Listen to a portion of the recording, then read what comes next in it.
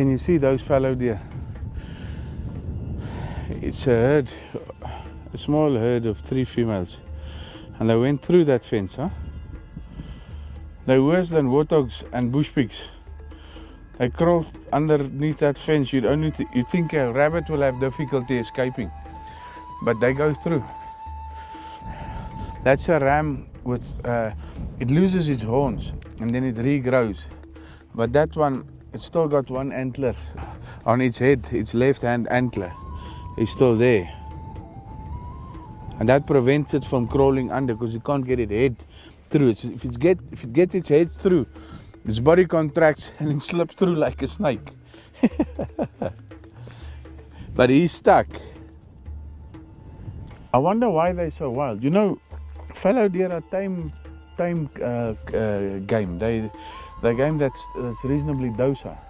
But yeah, these they took off today. We thought they were rebuck. They were running like that because they take off at first notice. They are on the lower end of the food chain actually. So and in most of the predators, the jackal, the leopard, the crackle, or the lynx, as you know it, and they take off at anything. But these, they are large animals. They're larger than blazebuck, but they're very wild. I wonder if there's not poaching or something going on here, because this is not right.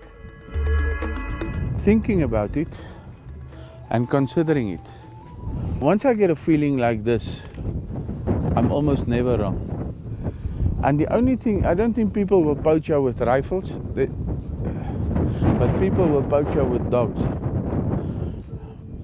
And I think these animals are so scared of humans and human activity. There's a lot of predation that I can see because of the lack of springbuck. They're dwindling numbers because they breed prolifically. But the jackal and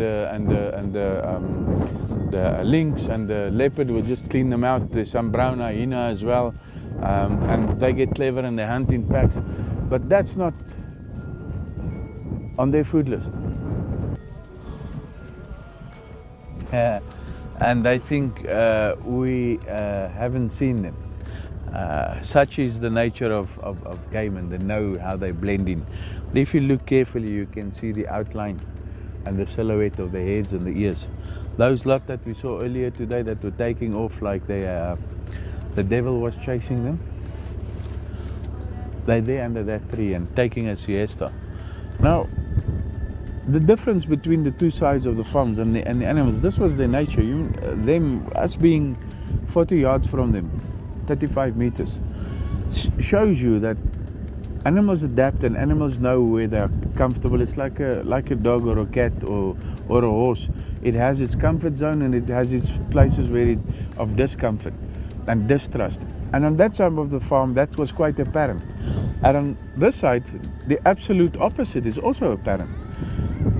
So the pre-motion and the thoughts that we have about them being disturbed and possible poaching, I think that must be the reason. Because we're not animals. If it was predators and they acted that way, yes, but they know we are not predators. Something that we have to work on and something that we have to understand. Something that we have to find the root of.